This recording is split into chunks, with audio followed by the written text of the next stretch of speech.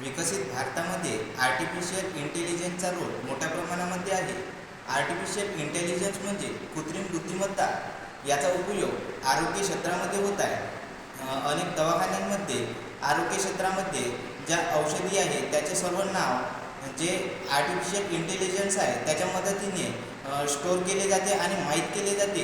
अनेक जागी शिक्षणाच्या क्षेत्रामध्ये आर्टिफिशियल इंटेलिजन्सचा उपयोग होत आहे. आता असे पण म्हणत आहे की शिक्षण क्षेत्रामध्ये आता टीचर जे आहे ते आर्टिफिशियल इंटेलिजन्सच्या मदतीने तयार केले जाईल. अनेक न्यूज चॅनल आहे जिथे आर्टिफिशियल इंटेलिजन्स आहे ते न्यूज चॅनलची रिपोर्टिंग करते.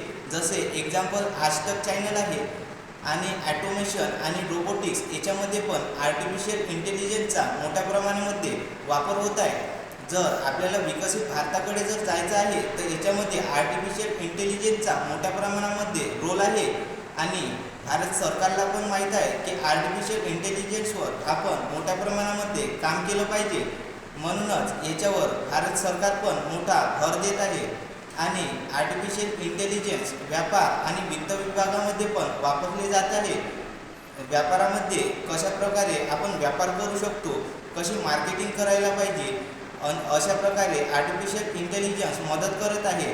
मशीन लर्निंग जे असते ते पण आर्टिफिशियल इंटेलिजन्सच्या मदतीने चालत आहे.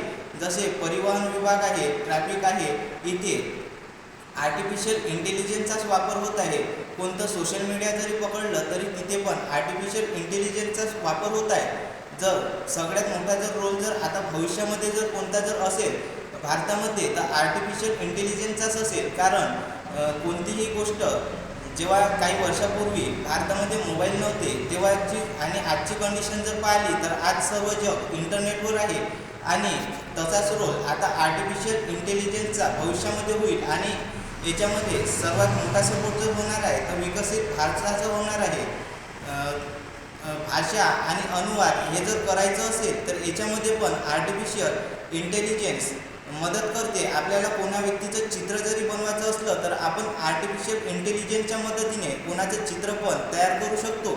आणि आर्टिफिशियल इंटेलिजन्स एवढं डेव्हलप आहे की ते आपला आवाज पण जसा आहे तसाच कॉपी करू शकते. आपली इमेज, आपलं चित्र जसं आहे तसं कॉपी करू शकते. आणि याचा मोठ्या प्रमाणामध्ये विकसित भारतामध्ये आर्टिफिशियल इंटेलिजन्सचा रोल मोठ्या प्रमाणात राहणार आहे.